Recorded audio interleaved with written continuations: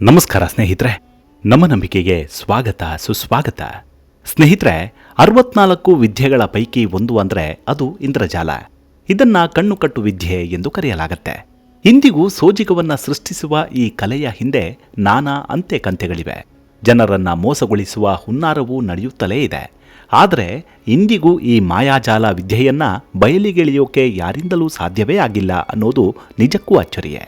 ಇಂದ್ರಜಾಲವು ಮಾಯೆ, ತಂತ್ರ ಮತ್ತು ಕಣ್ಕಟ್ಟು ವಿದ್ಯೆಗಳ ಮೂಲಕ ಜನರನ್ನ ಅಚ್ಚರಿಗೊಳಿಸುವ ಪುರಾತನ ಪ್ರದರ್ಶನ ಕಲೆ. ಇದು ಶೂನ್ಯದಿಂದ ವಸ್ತುಗಳನ್ನು ಸೃಷ್ಟಿಸೋದು, ಮಾಯವಾಗಿಸೋದು ಮತ್ತು ತೇಲುವಂತಹ ಚಮತ್ಕಾರಗಳನ್ನು ಸೃಷ್ಟಿಸುತ್ತೆ. ಅಥರ್ವ ವೇದದಲ್ಲಿ ಉಲ್ಲೇಖಿತವಾದ ಈ ವಿದ್ಯೆಯು ಇಂದ್ರನ ಬಲೆ ಅಥವಾ ತಂತ್ರೋಪಾಯಗಳನ್ನು ಬಳಸಿ ಸೃಷ್ಟಿಸುವ ಭ್ರಮೆ ಎಂದು ಪರಿಗಣಿಸಲ್ಪಟ್ಟಿದೆ.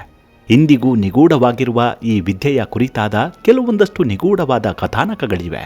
ಅವುಗಳ ಕುರಿತಾದ ಕೆಲವೊಂದಷ್ಟು ವಿಚಾರಗಳನ್ನು ಈ ಸಂಚಿಕೆಯಲ್ಲಿ ಹೇಳ್ತಾ ಹೋಗ್ತೀನಿ. ಅದಕ್ಕೂ ಮುನ್ನ ನಮ್ಮ ನಂಬಿಕೆಗೆ ನಿಮ್ಮ ಬೆಂಬಲವಿರಲಿ. ಎಲ್ಲ ವಿಧದ ತ್ವಚೆಯ ಸಮಸ್ಯೆಗಳಿಗೆ ಧೀಮಹಿ ಪ್ರಾಡಕ್ಟ್ ರಾಮಬಾಣದಂತೆ ಕೆಲಸ ಮಾಡುತ್ತೆ.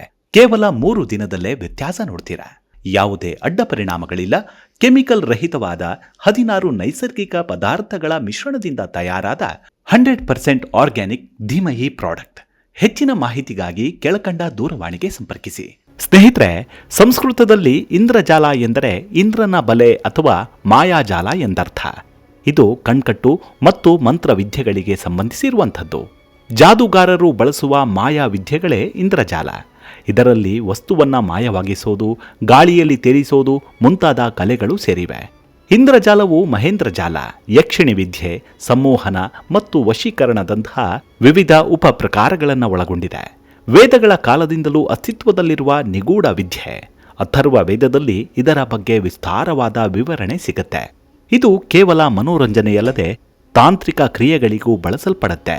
ದೃಷ್ಟಿದೋಷ ನಿವಾರಣೆ, ವಾಸ್ತುದೋಷ ಪರಿಹಾರಕ್ಕೆ ಇಂದ್ರಜಾಲ ಸಸ್ಯವನ್ನ ಬಳಸುವ ಪದ್ಧತಿ ಇದೆ. ಶ್ರೀ ಉದಯ್ ಜಾದುಗಾರ್ ಅವರಂಥವರು ಇಂದ್ರಜಾಲದ ಅದ್ಭುತ ಚಮತ್ಕಾರಗಳ ಬಗ್ಗೆ ಪುಸ್ತಕಗಳನ್ನು ಬರೆದಿದ್ದಾರೆ. ಇಂದ್ರಜಾಲವನ್ನ ಕೆಲವೊಮ್ಮೆ ಜ್ಞಾನ ಮತ್ತು ವಿಜ್ಞಾನದ ಸಹಾಯದಿಂದ ಕಲಿಯಬಹುದಾದ ಕಲೆ ಎಂದು ಪರಿಗಣಿಸಲಾಗಿದೆ. ಸಾಮಾನ್ಯವಾಗಿ ಇಂದ್ರಜಾಲದ ಗಿಡ ಇಂದಿಗೂ ನಿಗೂಢವಾಗಿರುವಂಥದ್ದು. ಇದು ಸಮುದ್ರದ ಆಳದಲ್ಲಿ ಸಿಗುವ ಒಂದು ವಿಶಿಷ್ಟ ಸಸ್ಯದ ಬೇರು. ವಾಸ್ತುಶಾಸ್ತ್ರ ಮತ್ತು ಜ್ಯೋತಿಷ್ಯದಲ್ಲಿ ಇದನ್ನ ಅತ್ಯಂತ ಪವಿತ್ರವೆಂದು ಪರಿಗಣಿಸಲಾಗುತ್ತೆ. ಮನೆಯ ಮುಖ್ಯ ದ್ವಾರದಲ್ಲಿ ಇದನ್ನ ಕಟ್ಟೋದ್ರಿಂದ ನಕಾರಾತ್ಮಕ ಶಕ್ತಿ ಮತ್ತು ದೃಷ್ಟಿದೋಷ ನಿವಾರಣೆಯಾಗತ್ತೆ ಎಂಬ ನಂಬಿಕೆ ಇದೆ. ಹಿಂದೂ ಪುರಾಣಗಳ ಪ್ರಕಾರ ಈ ಜಗತ್ತೇ ಇಂದ್ರನ ಒಂದು ಬಲೆ ಅಥವಾ ಮಾಯೆ. ಮನುಷ್ಯರನ್ನ ವಾಸ್ತವದಿಂದ ದೂರವಿಡುವ ಭ್ರಮಾಲೋಕವನ್ನ ಸೂಚಿಸುವುದಕ್ಕೆ ಇಂದ್ರಜಾಲ ಎಂಬ ಪದ ಬಳಸಲಾಗತ್ತೆ.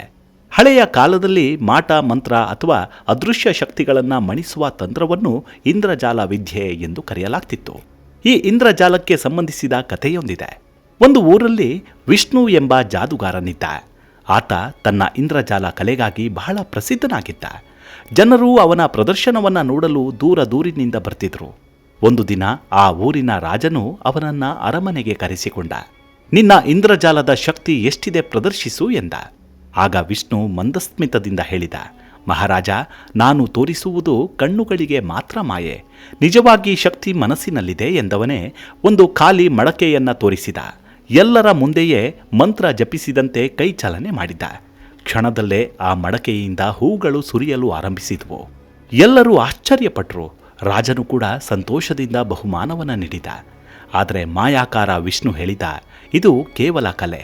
ಇದನ್ನ ದುರುಪಯೋಗ ಮಾಡಿಕೊಳ್ಳಬಾರದು. ಜನರನ್ನ ಮೋಸಗೊಳಿಸಲು ಅಲ್ಲ, ಸಂತೋಷವನ್ನ ಕೊಡಲು ಬಳಸಬೇಕು ಎಂದ. ಆ ದಿನದಿಂದ ರಾಜನು ಅರಿತುಕೊಂಡ, ಇಂದ್ರಜಾಲ ಕಣ್ಣುಗಳನ್ನು ಮೋಸಗೊಳಿಸಬಹುದು, ಆದರೆ ಸತ್ಯ ಮತ್ತು ಸದುದ್ದೇಶವೇ ಶಾಶ್ವತ ಎಂದು. ಹೀಗೆ ಮತ್ತೊಂದು ಕಥೆಯೆಂದರೆ, ಹಳೆಯ ಕಾಲದಲ್ಲಿ ಒಂದು ದಟ್ಟಾರಣ್ಯದ ಮಧ್ಯದಲ್ಲಿ ಒಂದು ಪುರಾತನವಾದ ಮಂಟಪವಿತ್ತು. ಜನರು ಅದನ್ನ ಮಾಯಾಮಂಟಪ ಎಂದು ಕರೀತಿದ್ರು. ರಾತ್ರಿ ಹೊತ್ತು ಅಲ್ಲಿ ವಿಚಿತ್ರ ಬೆಳಕುಗಳು ಕಾಣಿಸ್ತಾವೆ, ಶಬ್ದಗಳು ಕೇಳಿಸ್ತಾವೆ ಎಂದು ಊರಿನವರು ಭಯಪಡ್ತಿದ್ರು. ಅದರ ಹತ್ತಿರಕ್ಕೂ ಹೋಗ್ತಿರ್ಲಿಲ್ಲ. ಒಂದು ದಿನ ಓರ್ವ ಯುವಕ ಪರೀಕ್ಷಿಸುವ ಸಲುವಾಗಿ ಅರಣ್ಯಕ್ಕೆ ಹೋದ. ಚಂದ್ರ ಕಿರಣದಲ್ಲಿ ಮಂಟಪ ಬೆಳ್ಳಿಯಂತೆ ಹೊಳೆಯುತ್ತಿತ್ತು. ಒಳಗೆ ಹೋಗುತ್ತಿದ್ದಂತೆ ಅವನ ಮುಂದೆ 3 ಬಾಗಿಲುಗಳು ಕಾಣಿಸಿಕೊಂಡವು. ಮೊದಲ ಬಾಗಿಲಿನ ಮೇಲೆ ಭಯ, ಎರಡನೆಯದರಲ್ಲಿ ಲೋಭ, ಮೂರನೆಯದರಲ್ಲಿ ಸತ್ಯ ಎಂದು ಬರೆದಿತ್ತು. ಆ ಯುವಕ ಧೈರ್ಯದಿಂದ ಸತ್ಯ ಎಂಬ ಬಾಗಿಲು ತೆರೆದ. ಒಳಗೆ ಕೇವಲ ಒಂದು ಕನ್ನಡಿ ಮಾತ್ರ ಇತ್ತು. ಆ ಕನ್ನಡಿಯಲ್ಲಿ ಅವನ ಸ್ವಂತ ಪ್ರತಿಬಿಂಬವೇ ಕಾಣಿಸ್ತಿತ್ತು. ಅಷ್ಟರಲ್ಲಿ ಮಂಟಪದಲ್ಲಿ ಗಂಭೀರವಾದ ಧ್ವನಿ ಕೇಳಿಸ್ತು. ಇಂದ್ರಜಾಲ ಹೊರಗಿನ ಮಾಯೆಯಲ್ಲ, ನಿನ್ನ ಮನಸ್ಸಿನಲ್ಲಿರುವ ಭಯ ಮತ್ತು ಲೋಭವೇ ನಿಜವಾದ ಮಾಯೆ. ಅದನ್ನ ಜಯಿಸಿದವನೇ ಸತ್ಯವನ್ನ ಕಾಣುತ್ತಾನೆ ಎಂದು. ಈ ಸತ್ಯವನ್ನ ತಿಳಿದವನು ಧೈರ್ಯದಿಂದಲೇ ಹೊರಬಂದ. ಆಗ ಮಂಟಪದ ಬೆಳಕು ನಶಿಸಿದವು. ಆ ದಿನದಿಂದ ಯಾರಿಗೂ ಅಲ್ಲಿ ಭಯವಿರಲಿಲ್ಲ. ಇದರರ್ಥ ನಿಜವಾದ ಇಂದ್ರಜಾಲ ನಮ್ಮ ಮನಸ್ಸಿನಲ್ಲೇ ಇರುತ್ತೆ. ಭಯ ಮತ್ತು ಲೋಭವನ್ನ ಜಯಿಸಿದಾಗ ಮಾತ್ರ ಸತ್ಯದ ಬೆಳಕು ಕಾಣುತ್ತೆ ಎಂದು. ಮತ್ತೊಂದು ಇಂದ್ರಜಾಲದ ಕಥೆಯೆಂದರೆ, ಒಂದು ಹಳ್ಳಿಯಲ್ಲಿ ಶತಮಾನಗಳಷ್ಟು ಪುರಾತನವಾದ ದೇವಾಲಯವಿತ್ತು. ಆ ದೇವಾಲಯದ ಗೋಪುರದ ಮೇಲಿನಿಂದ ಪ್ರತಿದಿನ ಮಧ್ಯರಾತ್ರಿಗೆ ಸರಿಯಾಗಿ ಒಂದು ಗಂಟೆಯ ನಾದ ಕೇಳಿಸ್ತಿತ್ತು. ಆದರೆ ಯಾರೂ ಗಂಟೆ ಹೊಡಿತಿರಲಿಲ್ಲ. ಈ ವಿಸ್ಮಯವನ್ನ ಕಂಡಿದ್ದ ಸ್ಥಳೀಯ ಜನರು, ಅದು ಇಂದ್ರಜಾಲ, ಅಲ್ಲಿ ಒಬ್ಬ ತಾಂತ್ರಿಕನ ಆತ್ಮ ತಿರುಗಾಡುತ್ತಿದೆ ಎಂದು ಮಾತನಾಡಿಕೊಳ್ತಿದ್ರು. ಈ ಮಾತನ್ನ ಕೇಳಿಸಿಕೊಂಡಿದ್ದ ಆ ಊರಿನ ವಿದ್ಯಾರ್ಥಿಯೊಬ್ಬ ಅದರ ಸತ್ಯವನ್ನ ತಿಳಿಯಲು ಅಮಾವಾಸ್ಯೆಯ ರಾತ್ರಿ ದೇವಾಲಯದ ಒಳಗೆ ಅಡಗಿ ಕುಳಿತ.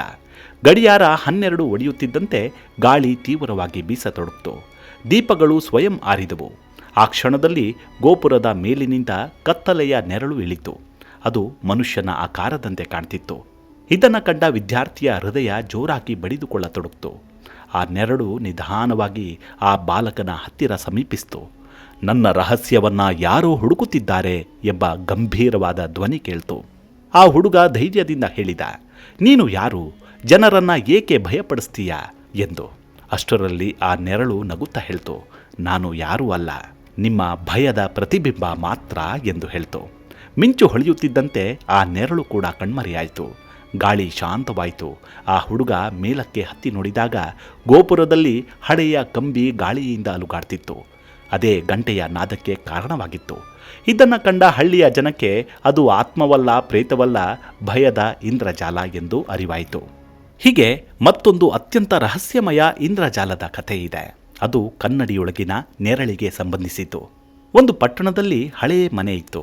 ಆ ಮನೆಯಲ್ಲಿ ದೊಡ್ಡದಾದ ಅತಿ ಪುರಾತನವಾದ ಕನ್ನಡಿ ಇತ್ತು. ಯಾರೇ ಅದನ್ನು ನೋಡಿದ್ರೂ ತಮ್ಮ ಪ್ರತಿಬಿಂಬದ ಹಿಂದೆ ಇನ್ನೊಂದು ನೆರಳು ಕಾಣುತ್ತಿರುವಂತೆ ಭಾಸವಾಗ್ತಿತ್ತು. ಎಲ್ಲರೂ ಅದನ್ನು ಇಂದ್ರಜಾಲದ ಕನ್ನಡಿ ಎನ್ನುತ್ತಿದ್ರು. ಅದನ್ನು ನೋಡಿದವರು ಏನೋ ಕಳೆದುಕೊಳ್ಳುತ್ತಾರೆ ಎಂದು ಮಾತನಾಡಿಕೊಳ್ತಿದ್ರು. ಎಲ್ಲ ವಿಧದ ತ್ವಚೆಯ ಸಮಸ್ಯೆಗಳಿಗೆ ಧೀಮಹಿ ಪ್ರಾಡಕ್ಟ್ ರಾಮಬಾಣದಂತೆ ಕೆಲಸ ಮಾಡುತ್ತೆ. ಕೇವಲ 3 ದಿನದಲ್ಲೇ ವ್ಯತ್ಯಾಸ ನೋಡ್ತೀರಾ. ಯಾವುದೇ ಅಡ್ಡ ಪರಿಣಾಮಗಳಿಲ್ಲ. ಕೆಮಿಕಲ್ ರಹಿತವಾದ 16 ನೈಸರ್ಗಿಕ ಪದಾರ್ಥಗಳ ಮಿಶ್ರಣದಿಂದ ತಯಾರಾದ 100% ಆರ್ಗ್ಯಾನಿಕ್ ಧೀಮಹಿ ಪ್ರಾಡಕ್ಟ್. ಹೆಚ್ಚಿನ ಮಾಹಿತಿಗಾಗಿ ಕೆಳಕಂಡ ದೂರವಾಣಿಗೆ ಸಂಪರ್ಕಿಸಿ. ಒಮ್ಮೆ ಧೈರ್ಯಶಾಲಿ ಯುವತಿಯೊಬ್ಬಳು ಆ ಮನೆಯನ್ನ ಖರೀದಿಸಿ ಬಿಡ್ತಾಳೆ. ಆಕೆಗೆ ಇಂತಹ ಕಥೆಗಳ ಮೇಲೆ ನಂಬಿಕೆ ಇರಲಿಲ್ಲ. ಒಂದು ರಾತ್ರಿ ಆಕೆ ಕನ್ನಡಿಯ ಮುಂದೆ ನಿಂತುಕೊಳ್ತಾಳೆ. ಮೊದಲಿಗೆ ಅವಳ ಪ್ರತಿಬಿಂಬ ಮಾತ್ರ ಕಾಣಿಸ್ತು. ಆದರೆ ಕ್ಷಣದಲ್ಲೇ ಅವಳ ಹಿಂದೆ ಕಪ್ಪು ನೆರಳು ಮೂಡ್ತು. ಆ ಯುವತಿ ಹಿಂದಕ್ಕೆ ತಿರುಗಿ ನೋಡ್ತಾಳೆ. ಯಾರೂ ಇರಲಿಲ್ಲ. ಮತ್ತೆ ಕನ್ನಡಿಯನ್ನ ನೋಡಿದಾಗ ನೆರಳು ಅವಳ ಕಿವಿಯ ಬಳಿ ಬಂದು ನಿಂತಿತ್ತು.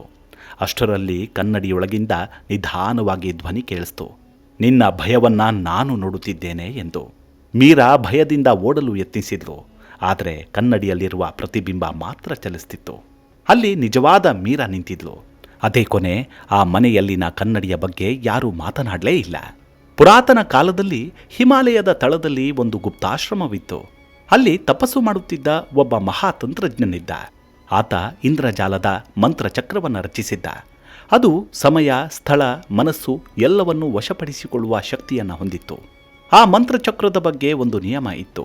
ಶುದ್ಧ ಹೃದಯದವರು ಬಳಸಿದರೆ ರಕ್ಷಣೆ, ಲೋಭಿಯು ಬಳಸಿದರೆ ಶಾಪ ಎಂದು. ಶತಮಾನಗಳ ನಂತರ ಆ ಮಂತ್ರಚಕ್ರ ಒಂದು ಹಳ್ಳಿಯ ಭೂಗರ್ಭದಲ್ಲಿ ಪತ್ತೆಯಾಯಿತು. ಯುವ ಸಂಶೋಧಕನೊಬ್ಬ ಅದನ್ನು ಕಂಡುಹಿಡಿದ. ಅದನ್ನು ಅಧ್ಯಯನ ಮಾಡಲು ಪ್ರಯತ್ನಿಸಿದ. ಒಂದು ರಾತ್ರಿ ಚಂದ್ರಗ್ರಹಣದ ಸಮಯದಲ್ಲಿ ಮಂತ್ರಚಕ್ರ ಸ್ವಯಂ ಪ್ರಕಾಶಿಸಿತು. ನೆಲ ಕದಡಿತ್ತು. ಗಾಳಿಯಲ್ಲಿ ಅಜ್ಞಾತ ಮಂತ್ರೋಚ್ಚಾರಣೆ ಮೊಳಗಿತ್ತು. ಆ ಯುವ ಸಂಶೋಧಕ ಮಂತ್ರಚಕ್ರವನ್ನು ಸ್ಪರ್ಶಿಸಿದ ಕೂಡಲೇ ಅವನ ಮುಂದೆ ಕಾಲವೇ ಬದಲಾಯಿತು. ಅವನು ತನ್ನ ಹಿಂದಿನ ಜನ್ಮದ ದೃಶ್ಯಗಳನ್ನು ನೋಡಿದ. ಅವನೇ ಆ ತಂತ್ರಜ್ಞನ ಶಿಷ್ಯನಾಗಿದ್ದ. ಆದರೆ ಲೋಭದಿಂದ ಗುರುಗೆ ದ್ರೋಹ ಮಾಡಿದವನು ಕೂಡ ಅವನೇ ಆಗಿದ್ದ. ಮಂತ್ರಚಕ್ರದ ಮಧ್ಯದಿಂದ ಧ್ವನಿ ಕೇಳಿಸ್ತು, ಅಪೂರ್ಣ ಕಮಲದ ಫಲ ಹಿಂದೆ ಪೂರ್ಣಗೊಳ್ಳುತ್ತೆ ಎಂದು. ಅಚಾನಕ್ಕಾಗಿ ನೆರಳುಗಳು ಜೀವಂತವಾದವು. ಅವು ಅವನನ್ನ ಸುತ್ತುವರೆದವು. ಇದನ್ನು ಕಂಡ ಯುವ ವಿಜ್ಞಾನಿ ಅರಿತುಕೊಂಡ, ಇದು ಸಾಮಾನ್ಯ ಮಾಯೆಯಲ್ಲ, ಅತೀಂದ್ರಿಯ ಇಂದ್ರಜಾಲವೇ ಇರಬೇಕೆಂದು. ಕೂಡಲೇ ಮನಸ್ಸಿನಲ್ಲಿ ಕ್ಷಮೆಯಾಚಿಸಿ ಲೋಭವನ್ನು ತ್ಯಜಿಸಿದ. ಕ್ಷಣದಲ್ಲೇ ಪ್ರಕಾಶ ಹೆಚ್ಚಾಗಿ ನೆರಳುಗಳು ನಶಿಸಿದವು. ಬೆಳಗ್ಗೆ ಹಳ್ಳಿಯವರು ನೋಡಿದಾಗ ಭೂಗರ್ಭ ಖಾಲಿಯಾಗಿತ್ತು. ಮಂತ್ರಚಕ್ರ ಕಾಣಿಸಲಿಲ್ಲ. ಯುವ ವಿಜ್ಞಾನಿಯೂ ಕೂಡ ಕಾಣಿಸಲಿಲ್ಲ.